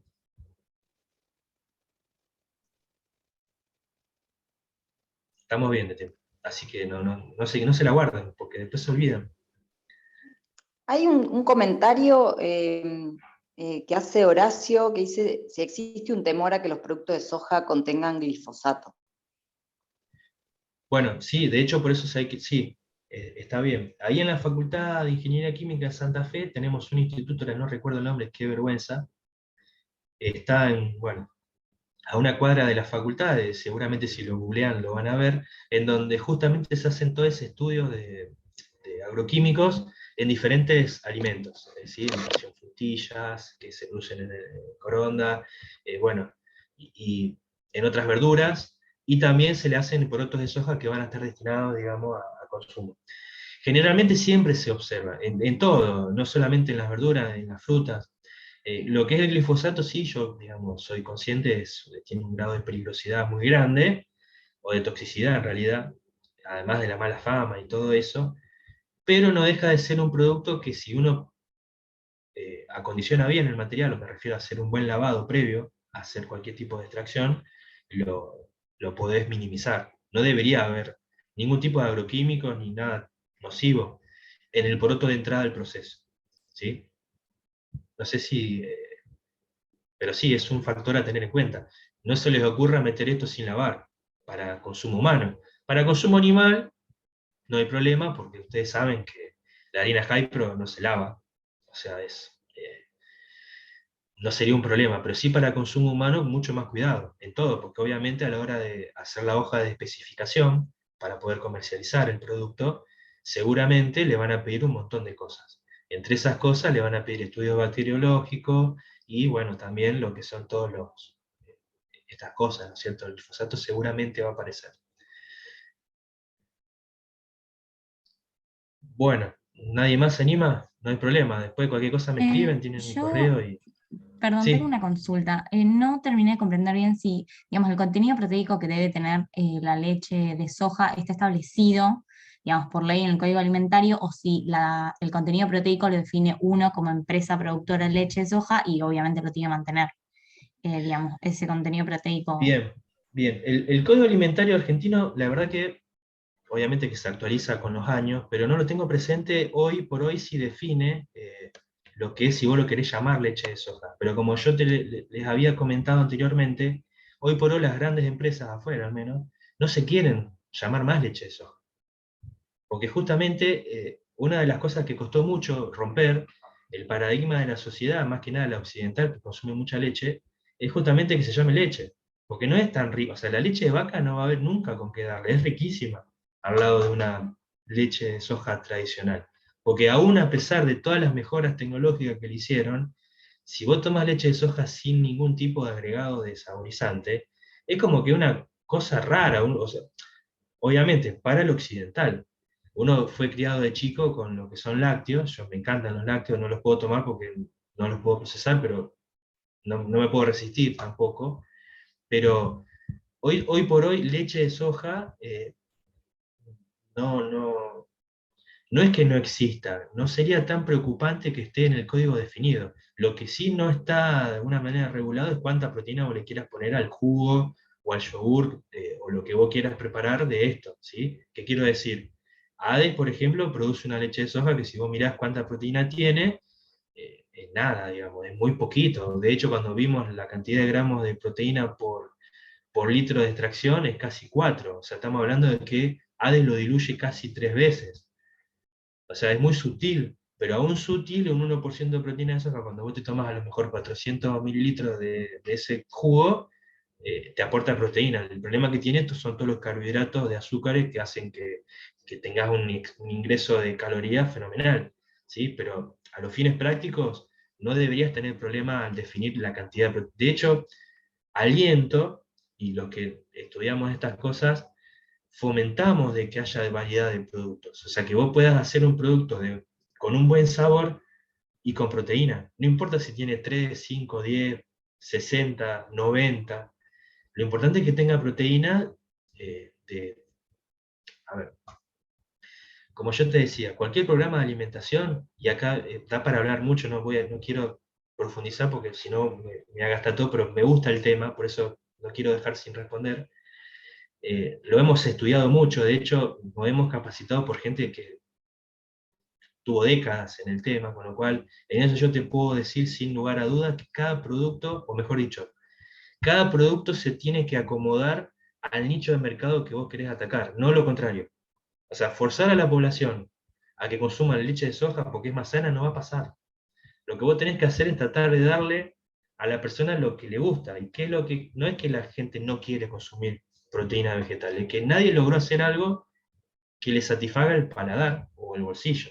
¿Sí? El jugo Hades es carísimo, tendría que valer la mitad de su valor. Sin embargo, como no hay competencia, no hay una cosa, y vos querés consumir algo porque sos deportista, y decís, bueno, yo quiero consumir algo de proteína, y no querés meterte a consumir la proteína de suero o esas cosas porque todavía no pasaste ese nivel, a lo mejor entre comprarte 1 litro de leche de vaca o 1 litro de leche de soja, te compras el Hades, que es rico, pero debería abaratarse muchísimo, porque fíjate que básicamente de proteína tiene muy poquito, es agua con jugo, y en la medida en que nosotros podamos, digo nosotros como sistema científico, tecnológico y empresarial, podamos decir, bueno, mira, ¿sabes qué? Quiero apuntar al nicho de mercado de la gente que le gusta que sea rico, pero eh, quiere más proteína que el 1,5%. A lo mejor no te pide que sea tan rico, porque de hecho se hace esos batidos con suero, con proteína de suero, que a lo mejor tiene sabor desagradable. Yo nunca la probé, pero me han comentado que no es lo más rico que viene. Entonces te pueden llegar a aceptar una pérdida de propiedad organoléptica y le podés meter más proteína. O sea, hay que apuntar a ese tipo de mercados, ¿sí? Y como son nichos y la economía de escala reina en estas cosas, es un poco complicado. Por eso yo les decía que no es que hoy sea un tema en la leche de soja en Argentina, porque es como, no están dadas las condiciones, pero sí como aprendizaje para saltar a la manipulación de proteínas de productos que sí tienen aceptación, como son los helados y los concentrados, es una plataforma válida para interpretar. Ahora, que vos me digas, yo quiero hacer una leche de soja con un 10% de proteína, genial, seguramente hay un sector de la población que te lo va a querer comprar. Ahora, el tema ahí está en qué precio se lo vas a poder vender. De forma barata o 100 veces más barata que leche vaca no se lo vas a poder vender por una cuestión de escala. Pero a lo mejor al mismo precio que hoy está saliendo una bebida, una Coca-Cola, que ya de por sí tiene un precio importante, capaz que seas competitivo. ¿Sí? Bárbaro. Da para hablar un montón, porque la verdad que mezcla todos los temas de ingeniería con marketing y estrategia, está muy bueno. Y acá yo a lo mejor soy uno de los tantos que tendríamos que estar opinando sobre este tema. Yo te puedo orientar más en la parte técnica y sí de proyección, que es un poco la parte que yo me fui especializando. La parte de marketing y eso, seguramente una persona que esté trabajando, no sé, en Molino o en Arcor, va a saber decirte, mira, ¿sabes qué? Tenés un 1% de la población que te lo compraría. Y capaz que sale un buen producto de ese estilo. Capaz que haya una pyme que pueda progresar en esto. El tema es que es muy difícil hacer inversiones en Argentina de cosas que no se están consumiendo. Es siempre de ver quién lo hace primero. Pasó con el chocoarroz, que la primera que lo hizo salió casi 2 millones de dólares y lo terminó vendiendo 20. Obviamente el muchacho explotó una muy buena idea, con los bizcochos de arroz también, que salió el gallo, digamos, justo yo estaba en el proceso de ese producto, también no existía, y como existía en otros lugares, dijeron, bueno, nos vamos a arriesgar porque queremos algo, un snack saludable, bla, bla, bla, y funcionó. Pero no es normal que en Argentina salgan esos productos innovadores. Eh, Estas cosas ya están existiendo afuera y les va muy bien, con lo cual es una de las cosas que lamentamos los que estamos enamorados de este tipo de cosas. Lo lamentamos porque es una de las cosas que deberíamos estar consumiendo un montón, porque es sano, es barato, lo tenemos acá. ¿Qué pasa que no lo estamos consumiendo? Y además en un momento histórico en donde tenemos mucha pobreza y los precios de los alimentos se disparan, ¿qué es lo que pasa? Que esto tendría que estar ya hecho hace muchos de años. Pero bueno, eh, ojalá lo podamos ver. Yo sé que en Argentina en poco menos de 10 años la industria del crushing, o sea, de la producción de harina Hypro y aceite, explotó. Fue fenomenal el crecimiento que tuvo. Tal vez tengamos una época similar en donde aparezcan las primeras plantas de concentrados, que de hecho, digamos, estamos queriendo transferir de mi grupo de trabajo, estoy con la parte ahí entra el chivo, seguramente alguno se va a reír, pero digamos, venimos trabajando en este tema casi hace 15 años. Hoy por hoy, después de haber pasado por planta piloto, desarrollo a escala laboratorio, tenemos o estamos queriendo terminar la ingeniería de una planta ya con tecnología nacional, para que la industria local se anime con una inversión relativamente chica, porque estamos hablando de un módulo PYME, ¿sí? lo vamos a ver después, se lo voy a adelantar mejor a eso para que lo entiendan, a uno a lo mejor se interese o se quiera meter en el tema, pero tal vez en 10 años tengamos una explosión similar, en donde dejemos de exportar harina y aceite y querramos exportar proteínas y aceite. Y después a lo mejor no aceite y otra cosa más. Bueno, voy a avanzar un poco, después si tienen una duda no hay problema, me vuelven a interrumpir, no hay ningún problema, esto es una charla informativa de tratar de dar una visión global de esto. La charla que viene, acuérdense que es más técnica, porque ahí vamos a ver un poco más SPC y SPI en particular, y espero que ustedes vayan con lo que entendieron ahora del por qué se hace de una manera y no de otra, y puedan interpretar mejor para asesorar a alguien cuando quiera hacer un proyecto. Mira, me interesa, porque muchas veces me ha pasado que ha venido personas y me dijeron, quiero hacer SPI. Pablo, quiero hacer una planta SPI, ¿cuánto me sale? Y digo, bueno, está bien, pero pará. ¿Para qué querés ese SPI? ¿A dónde va a ir ese SPI? Porque vos podés hacer un aislado de proteína que vaya y haga como de pegamento, si vos tenés a lo mejor un jamón y querés que una paleta, digamos, y querés que los dos pedazos de pollo se queden pegados, bueno, vos necesitas un SPI que se comporte como un líquido y que cuando vos lo cocines haga como liga, como hace el almidón, pero que vos le puedas incorporar proteína. Entonces, que sea como liga. Eso es una cosa. Ahora, cuando vos querés hacer un SPI que se comporte más como algo sólido, o sea, que vos lo veas, es un SPI diferente, ¿sí? El proceso es diferente. Lo mismo con el concentrado. Vos tenés el concentrado acuoso, ¿sí? Que tenés unas propiedades características, y un concentrado a partir de alcohol, que es el que vamos a ver, porque es el que hoy por hoy es el único viable a nivel, digamos, PYME, que te genera unas propiedades completamente diferentes, porque está totalmente desnaturalizado, y funciona muy bien como agente de retención de grasas y aguas.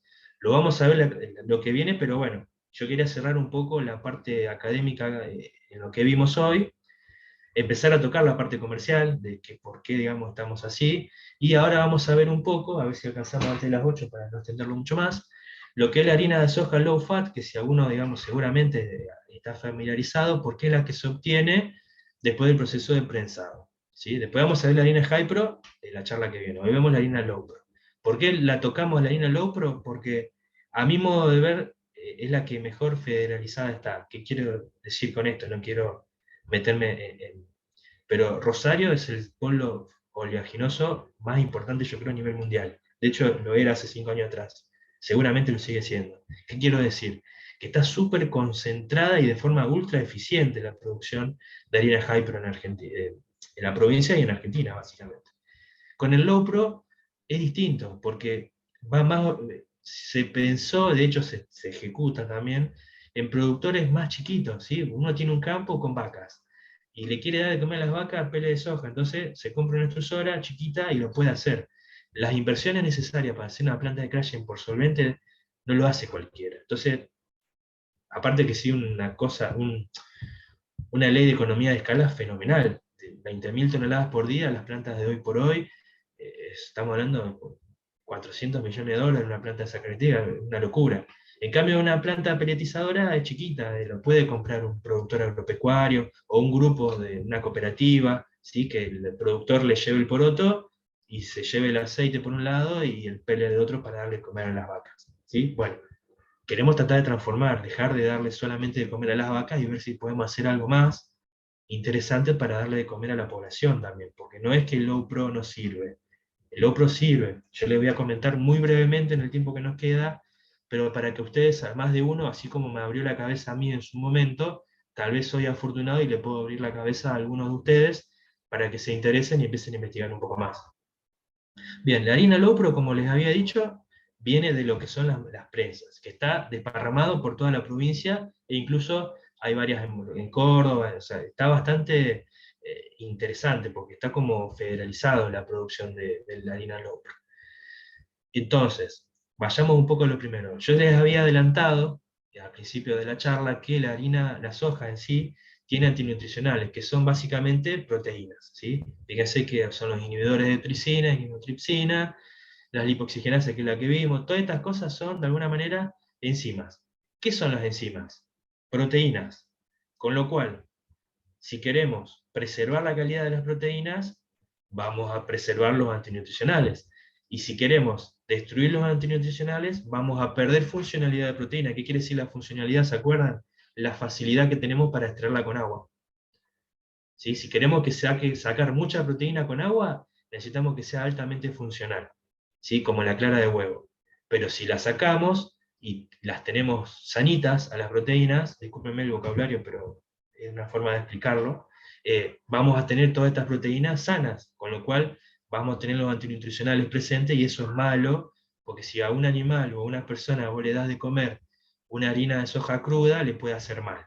¿Sí? De hecho, los animales engordan más, digamos, no engordan lo que tienen que engordar, el humano se descompone, ustedes saben que a veces no nos cae bien ese tipo de cosas, por eso hay que cocinarlas. Bien, perdón. ¿Cómo la cocinamos? Bueno, hay varias maneras de hacer el tratamiento y hay varios factores que influyen. El principal, que es el que se usa, es la temperatura. ¿Sí? La temperatura a la proteína, así como el huevo, del huevo crudo al huevo cocido, se pone duro, bueno, con las proteínas igual, se desnaturalizan, pero ahí de alguna manera hay varias formas de hacerlo. Por eso, acá yo les puse que hay varias, digamos, las variables que afectan ese grado de naturalización, es la temperatura, el tiempo, la humedad. ¿Y por qué les digo esto? Porque a mí, como me tocaba estar en la parte de la planta de crushing, la proteína no es que vos la podés calentar, o mejor dicho, vos la podés calentar todo lo que quieras. Seguramente los factores antinutricionales van a ir disminuyendo hasta que desaparezcan, que es lo que se tiene que ver. Así se vende la harina. Factores antinutricionales negativos. ¿Sí? Pero uno puede seguir secándola. Yo les había adelantado que como nosotros tenemos bajo nivel de proteína, para poder llegar a las especificaciones comerciales, tenemos que compensar. ¿Cómo se compensa? Se seca de más. ¿Sí? O sea, como no podemos levantar más proteína, ni sacar más aceite, sacamos más agua. Entonces llegamos a especificaciones comerciales secándolo. El problema es cuando vos lo secás, es que la tenés que calentar más tiempo, o sea, lo dejás más tiempo a alta temperatura y con vapor para que se elimine el agua. Eso genera un deterioro superior al que sería necesario en la proteína. ¿Por qué le digo esto? Porque una vez que vos llegás a los antinutricionales negativos, inexistentes, vos deberías cortar el calentamiento, porque en la medida que vos seguís calentando por más allá de lo necesario, la calidad de la proteína también disminuye. ¿Qué quiero decir? Si tendríamos que ver un gráfico de conveniencia, nosotros tendríamos una curva del estilo gaussiana, no totalmente gaussiana, pero de ese estilo, ¿sí? En donde calentamos, eso mejora el perfil nutricional, mejora, y cuando seguimos calentando empezamos a disminuirlo, como que la estamos cocinando de más. ¿Sí? Entonces, para poder decir hasta dónde yo lo estoy cocinando, bueno, ahí están todos estos factores que no vamos a discutirlo ahora, pero que ya lo conocen, que es el tiempo que vos lo tenés entre la temperatura que querés, a qué temperatura tenés que llevarlo. Obviamente, si lo llevas a mucha temperatura, el tiempo va a ser cortito. Ahora, si lo querés tener a una temperatura un poco más cuidada, el tiempo va a ser mayor. Ese tipo de cosas. Bien. ¿Cuáles son las ventajas nutricionales del extrusado? Bueno, esto cae de maduro, es una fuente de proteína y aminoácidos muy buenos, digamos, muy bien digeribles. No voy a ahondar, porque esto seguramente lo van a ver en la charla después de las mías, porque vi que había, digamos, este tipo de información, pero básicamente el proceso de extrusado genera un montón de cambios químicos en lo que es proteína y en los almidones, digamos, en los carbohidratos que hay en el poroto de soja, que hacen que sea mucho mejor digerible, por así decirlo, o sea, como que le mejora las propiedades nutricionales. Obviamente que si vos te pasás de temperatura y todo, las empeorás, pero el proceso de extrusado es bueno. Y además facilita la extracción de aceite después. Acuérdense que hay extracciones, digamos, las presas pueden funcionar en frío o en caliente, o bueno, en este caso, la extrusión el extrusado antes del proceso de prensa hace que vos le saques un poquito más de aceite, obviamente porque las células las rompes. El proceso de extrusado es agresivo. Lo que hace es rompe la célula, y eso hace que después la prensa, cuando comprima, tenga mayor, o sea, el aceite que se extraiga sea de mejor calidad y se traiga un poquito más. Bueno, otra de las ventajas de la harina low pro, a diferencia de las otras, es que justamente como preserva algo de aceite, tenemos, acá lo pueden ver, entre un 5 y un 7, a veces pasa un poquito más, mejora la palatabilidad. A usted les habrá pasado, a mí por lo menos, cuando uno come pan, por ahí si lo pone un poco de manteca es como que más agradable al paladar. ¿Sí? Un poquito de grasa en un sustrato sólido como es la harina, donde tenés fibra y proteína, la grasa un poquito es como que mejora esa palatabilidad. Ustedes saben lo que me refiero con palatabilidad, ¿no es cierto? Es el conjunto de sensaciones que uno tiene en la boca cuando está comiendo algo, ¿sí? Que a veces es difícil de describir. Por eso por ahí usan esa palabra para este tipo de alimentos, porque es un resumen, es como una condensación de todos esos factores, ¿sí? Si es rico, tiene buena palatabilidad. O sea, si la sensación de la boca es agradable, es buena palatabilidad. Ahora, si es áspero, o si es medio astringente, o tiene mala palatabilidad. Es una forma de explicarlo sin entrar en tantos detalles de todas las características sensoriales que uno tiene. Perdón, me estoy desviando mucho. Quiero volver a esto para no demorarnos.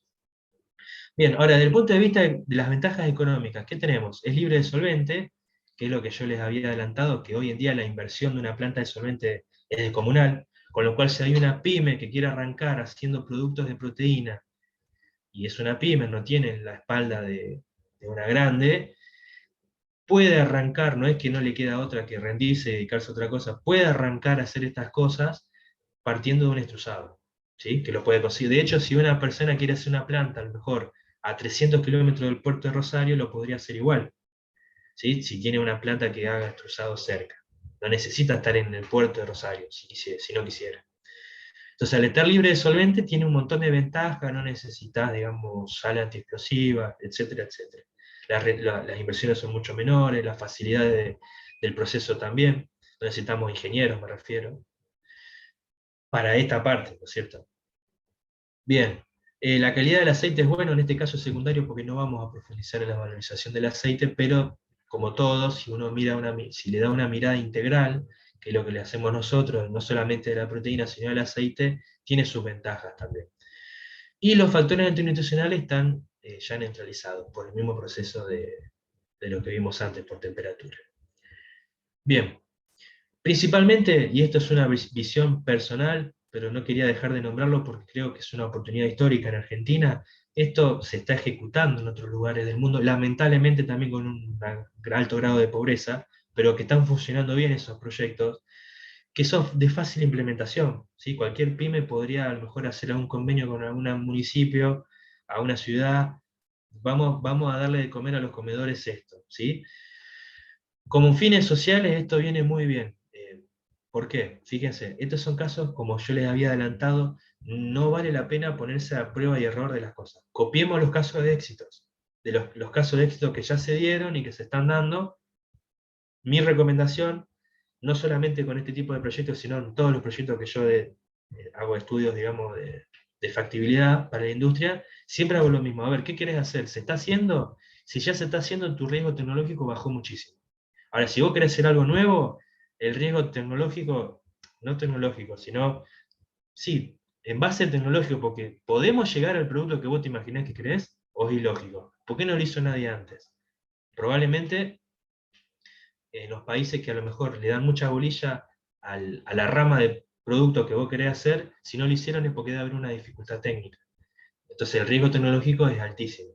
En este caso lo mismo. No vale la pena ponerse a hacer un alimento que porque nos parezca nutritivo, se lo queramos imponer a un comedor o a un sector de la población humilde que a lo mejor no le alcanza para comer alimentos con proteína. ¿De qué te sirve? No hay que imponerle porque probablemente te lo coman una vez y después no lo quieran comer más. Lo que hay que hacer es tratar de hacer algo que ya tenga aceptación, y la experiencia que acumularon otros países a veces es muy valiosa en ese sentido. Seguramente habrán probado un montón de alimentos que les ha fracasado y solamente te muestran los éxitos, como hacemos todos. Si probamos 50 alimentos y solamente nos quedamos con 3, vamos a publicar esos 3, no te vamos a contar los otros. Con lo cual siempre uno, si quiere experimentar, se arriesga a repetir errores. En este caso, este es un ejemplo que les tiro al paso, pero para que también ustedes lo puedan investigar si les interesa. Es una mezcla de soja, maíz y trigo que tiene muy buena aceptación y que se le puede incorporar como alimento social, o tal vez salgamos de la caja, si quieren, me pueden decir, Pablo, la verdad que a mí no me interesa mucho la parte social, pero sí lo quiero hacer desde una empresa privada para los sectores humildes. O sea, quiero hacer un alimento privado para que me lo vayan a comprar al almacén y que salga barato, y que reemplace, digamos, algún tipo de alimentos. Bueno, este es un ejemplo, que la harina low pro se puede hacer y que hoy no está explotada, ¿sí? Acá lo mismo, hay que tener presente lo que vimos antes, la teoría que vimos no la vamos a repetir, ¿sí? Pero es el mismo efecto. Nosotros, como estamos rompiendo, al mismo tiempo que estamos cocinando, no vamos a tener un producto totalmente sin sabor, como sí lo vamos a obtener con el proceso que vamos a ver después de la charla que viene. Vamos a obtener un proceso que parcialmente atenúa el mal sabor, si es parcial, pero es una mejora, ¿sí? Antes de un Hypro, donde vos querés hacer algo del Hypro, es horrendo, el Hypro no lo vas a poder comer. No hay forma, yo intenté de todas las maneras posibles, no hay manera. Esto sí hay formas de tratar de atenuar. Obviamente que, en este caso, vamos a ver cómo se produce, seguramente lo habrán escuchado, por eso lo voy a pasar rápido, pero básicamente se hace una limpieza, se descascara, si se quiere, no siempre se descascara, ¿sí? Se hace la extrusión y la prensa. Acá sacamos el aceite, enfriamos y molemos, si quisiéramos. Y esa es la harina low pro. De la harina low pro, digamos, esta es la parte interesante para lo que es consumo humano. No es que se consume harina low pro, que es el pele que come la vaca, eso no se come.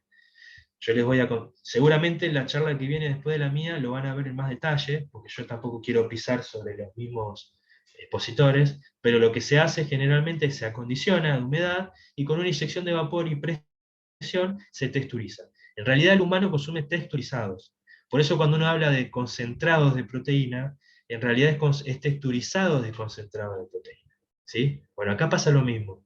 Cuando hablamos de harina low pro para consumo humano es texturizado de harina low pro. Que si ustedes lo van a buscar en las dietéticas seguro lo van a encontrar, porque es el texturizado. Ustedes compran y se lo pueden poner a la carne picada, para hacer milanesas, hamburguesas. De hecho, no me acuerdo si es Nor, sacó un producto comercial que es el Rinde Más. No me acuerdo si era Nor o qué empresa. Bueno, es algo parecido a esto, ¿sí? Solamente que con condimentos para tapar un poco el sabor, obviamente. Bueno, este es el proceso, se selecciona la nanometría que uno quiere y esa es la proteína de soja texturizada. Esta, muchachos, hoy por hoy es la que tenemos dando vuelta en Argentina, que es en grandes cantidades. Además de la que traen los brasileros, que pasa por acá para darle de comer a los salmones, que esa es a partir de Hypro, y es una de las causantes que en parte se desprestigie tanto este tipo de proyectos, ¿sí? Porque la verdad que tiene un sabor horrendo. Y ya terminamos, me fijé ya son las 8, así que le voy a acelerar. Bueno, dentro de la harina low pro, las variedades que se pueden hacer, alimentos exitosos que hay, ¿sí? Tenemos la harina micronizada, que de hecho hay un par de empresas en Argentina, en la provincia de Santa Fe, que hacen micronizado de harina de soja. Bueno, podrían hacer micronizado de esa proteína, porque se incorporan lo que son los postres y las bebidas instantáneas, o digamos, si quisiéramos extraer proteína posteriormente, es muy buen material de partida, ¿sí? No, eso no lo veo mucho acá. Faltaría, hay un nicho ahí que podría una pyme poder encararlo, ¿sí? O como lo que se llama un low fat de PDI medio, que básicamente es una calidad intermedia, se cuida un poquito el proceso de calentamiento a la hora de hacer el extrusado, y eso te permitiría tener una harina un poquito más funcional. ¿Qué quiero decir? ¿Se acuerdan? Cuando le agregamos un poquito de agua, no es que te queda algo insoluble, queda un poquito soluble y hace como liga. Entonces vos podrías molerlo finito, mantener un estilo un grado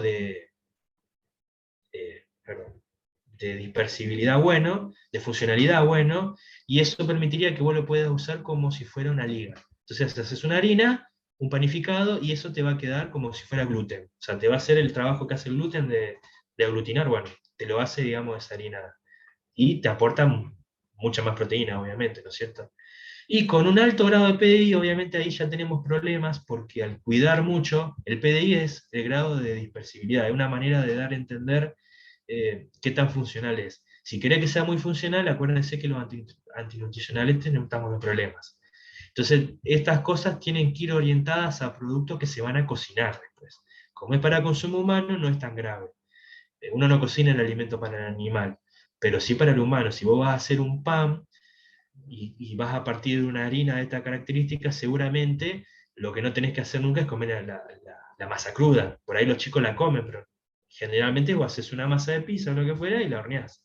Cuando vos la horneás, la desnaturalizás a la proteína, pero ya cumplió su función, porque ya pegó lo que quería digamos, ya hizo de liga, de las cosas que vos querés que hagas de liga, mantenés la proteína y los antinutricionales se desaparecen. Estos son algunos de los productos que se consiguen, algunos están en Argentina, de estas acá. Y si ustedes lo ven, una de las cosas interesantes que tienen este tipo de productos también es la capacidad de retener agua y grasa. Fíjense que si ustedes lo quieren usar para hacer un chorizo parrillero, por ejemplo, que de hecho es lo que se usa, ¿sí? Te va a permitir absorber casi la misma cantidad de grasa de lo que vos le estás agregando. Eso es genial, porque es una manera de reemplazar la carne, la proteína de carne, por proteína animal. ¿Qué es lo que hacen los muchachos? Le agregan este tipo de productos, le agregan agua y grasa. Y eso hace que después de la cocción la grasa se mantenga y no quede una hamburguesita chiquitita cuando uno a veces cocina una hamburguesa grande de carne y después le queda chiquitita. Eso es porque no tiene buena retención la proteína normal. En cambio, la vegetal sí, te lo retiene y por eso te quedan los medallones de carne, que suelen tener este tipo de productos, bastante grandes cuando uno lo cocina. Hagan la prueba, si no presten atención, compren una hamburguesa 100% carne de vaca y un medallón de carne. Y se van a dar cuenta que el medallón de carne, pésenlo antes y después, no pierde mucho peso. En cambio, el de vaca pierde muchísimo peso cuando uno lo cocina. Lo mismo con los chorizos. Ya hemos hecho la prueba y realmente es así. Bueno, otra de las ventajas posibles es que aplica como alimento orgánico, no tener solventes, y como estamos hablando de una producción de baja escala, incluso le podríamos dar algún tipo de no GMO. Si quisiéramos algún tipo de alimentación para un nicho que no quiera productos transgénicos, podemos de alguna manera, no vamos a hacer una inversión de una planta de solventes para un nicho tan chiquito, pero sí a lo mejor podemos partir de esto. Entonces, en esa relación de compromiso, le estás ofreciendo a una población que no quiere consumir cosas transgénicas algo relativamente bueno, o sea, mucho mejor de lo que tendría con una harina Hypro, pero tal vez no tan bueno como tendría si quisiéramos hacer algo de super calidad como la empresa ADM o una americana. Bien.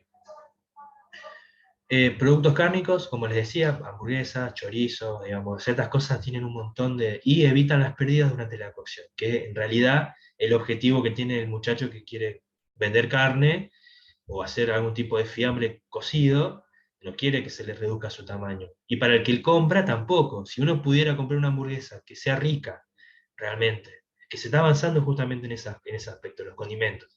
Si podríamos comer una hamburguesa vegetal rica, barata, y que no se te achique, muchachos, dejamos de comer carne al otro día. Lo que pasa es que esos factores se tienen que dar de una manera más armónica que como se están dando. Así que, bueno, este es el objetivo final, que me parece que es la viabilidad o el destino más adecuado para este tipo de productos, que son los cereales. ¿Por qué? Porque si bien tienen muy buenas propiedades organolépticas, como les decía la harina Low Pro, no deja de tener algún tipo de sabor a cereal. No se lo pudimos sacar porque, acuérdense del proceso de truzado, rompemos y calentamos, pero hay algo que reacciona ahí y genera esos sabores, digamos, a grano. Pero nosotros no es que no los queremos. En algunas aplicaciones como los cereales queremos que tenga un poquito de aroma a cereal. Queremos que vos a la mañana cuando desayunás no querés que tenga sabor a carne, querés que tenga sabor a cereal. Entonces, y si encima es un cereal rico en proteínas, es genial. Bueno, alimentos con 30% de proteínas, imagínense. Y no deja de quitar, o sea, si sigue siendo válido la posibilidad de mezclarlo con arroz o maíz para mejorarle todavía más la palatabilidad. En Argentina esto no está para nada explotado, no está para nada explotado, y una pyme que realmente se quiera comprometer, o un grupo de ingenieros que quiera meterse con algún grupo de empresarios a hacer estas cosas, tendría un éxito fenomenal, porque el argentino sí desayuna cereales, pero no tiene la posibilidad de incorporar proteínas. Para la gente que hace deporte, crossfit o rugby, fútbol, que desayunen con un plato de proteína, se evitan tener que comerse una milanesa o un huevo crudo después. Esto es, digamos, lo que hacen los atletas afuera. Son barras de proteína, cereales con proteína.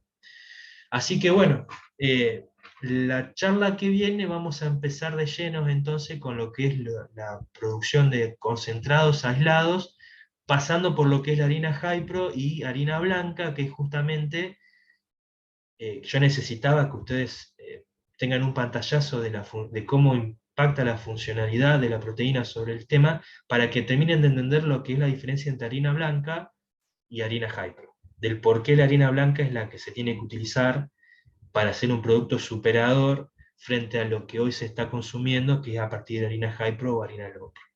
Así que les agradezco que hayan escuchado. Si tienen alguna duda antes de que nos vayamos, la pueden hacer, no hay problema. Pablo, tengo algunas Sí. preguntas en el chat. Bueno, ¿querés comentármelas? Yo por mí, Bien. digamos, me quedo un rato más, no hay problema. Pregunta Eduardo si existe un know-how para comprar una planta de leche de soja llave en mano. También Eduardo pregunta si de parte del gobierno hay apoyo económico a este tipo de proyectos. Bueno, van un poco de la mano, lo voy a contestar de la mano. El know-how, en principio, en Argentina no.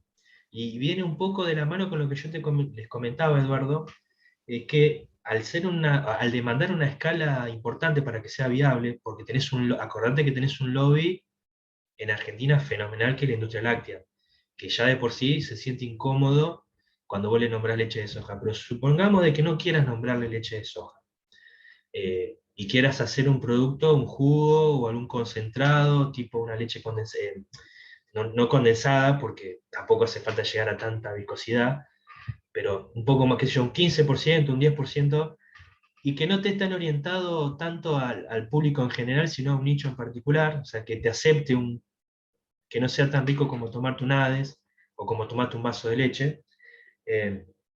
Podés meterle chocolatada, digamos, pero bueno, como yo te digo, ahí el muchacho de marketing te va a orientar mucho más. Ahora, el know-how de una planta de esa característica tendrías que decirme de qué capacidad estaríamos hablando, porque en principio una planta chica uno la puede llegar a hacer relativamente fácil. Te diría, hoy en día sí, el grupo de trabajo con el que estamos trabajando a nivel nacional, de alguna manera, no quiero ser en eso tampoco egocéntrico, no es que nacional, provincial, si quieres llamarlo, porque de hecho hemos formado un grupo de la provincia, que es a los que más nos interesa por una cuestión de que Santa Fe, soja, es una economía importantísima. Del grupo de trabajo con el que estamos desarrollando adelante varios desarrollos, no nos focalizamos en la leche de soja particularmente, pero tampoco es una tecnología que requiera grandes desarrollos. ¿Qué te quiero decir con esto? Sabemos lo que hay que hacer, y en base a la escala es cuestión nomás de hacer el desarrollo. Yo creo que si habría un inversor que realmente quisiera invertir en ese tipo de industria, en 6 meses tendríamos la ingeniería ya resuelta.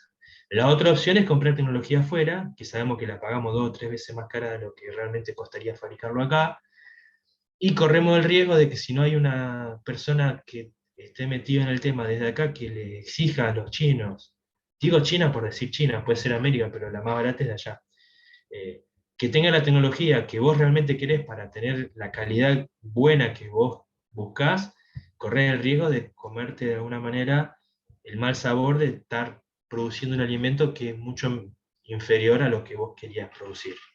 Pero no sería una cosa compleja de llevar adelante la ingeniería de ese tipo de plantas.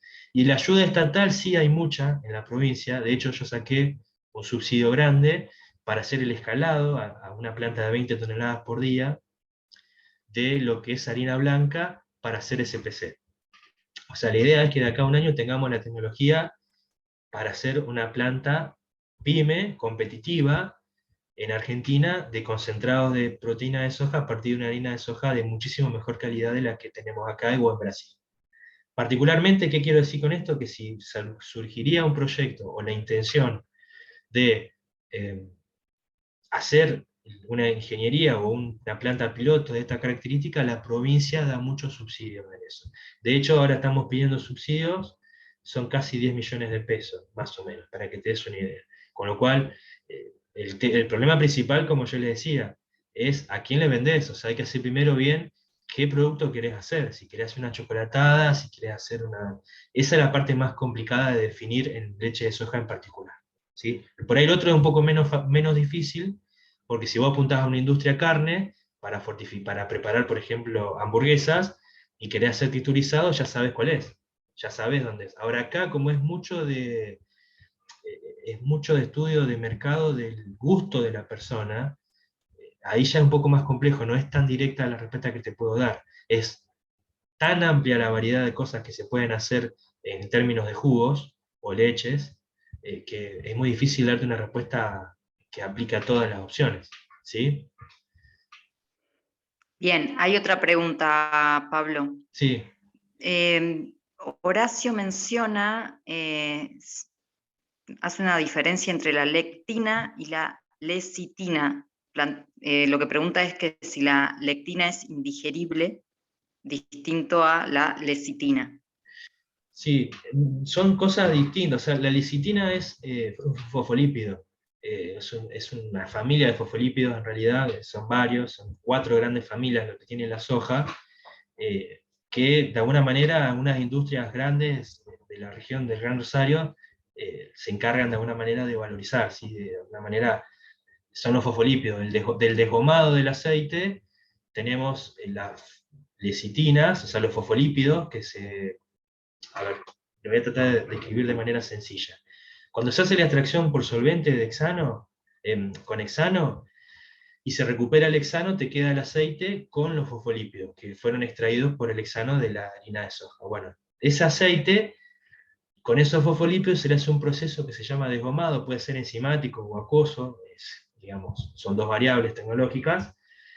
Si es el acuoso, que es el que permite obtener lecitina, lo que haces es incorporar un poco de agua, lo dejas madurar, los fosfolípidos precipitan, y con una centrífuga separás. Posteriormente, para fabricar la lecitina de ese compuesto que se llaman gomas, que es una mezcla de agua con fosfolípidos y algo de aceite, le evaporás el agua y te queda el aceite con el fosfolípidos. Los fosfolípidos son emulsionantes, lo otro son otras cosas diferentes, digamos. Por eso lo quería un poco... Parece que son similares, pero no, son como 2 compuestos distintos. Probablemente la lecitina obviamente sí es digerible, se consume, de hecho se usa para hacer un montón de productos, caramelos y otras cosas, para hacer helado, o sea, básicamente se usa para mezclar aguas, cosas acuosas con cosas oleosas. La otra no, la otra es como que no tiene un uso en particular, con lo cual, y es algo que es negativo. Desconozco particularmente qué efecto metabólico genera, pero evidentemente debe generar algo que no es bueno. No deberíamos consumir cantidades importantes de ese producto. Pero bueno, si quisiéramos profundizar, digamos, se nos iría un poco el tiempo de las manos, pero no es lo mismo, es un poco lo que quería remarcar.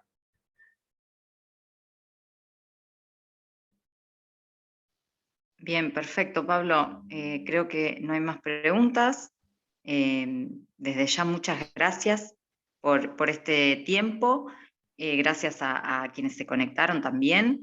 Y los invitamos para el próximo miércoles continuar con la segunda parte de esta presentación. Sí, va a ser la más interesante, creo yo. Bien, perfecto. Bueno, muchas gracias, buenas noches y hasta el Buenas próximo noches. miércoles. Gracias, que tenga buenas noches.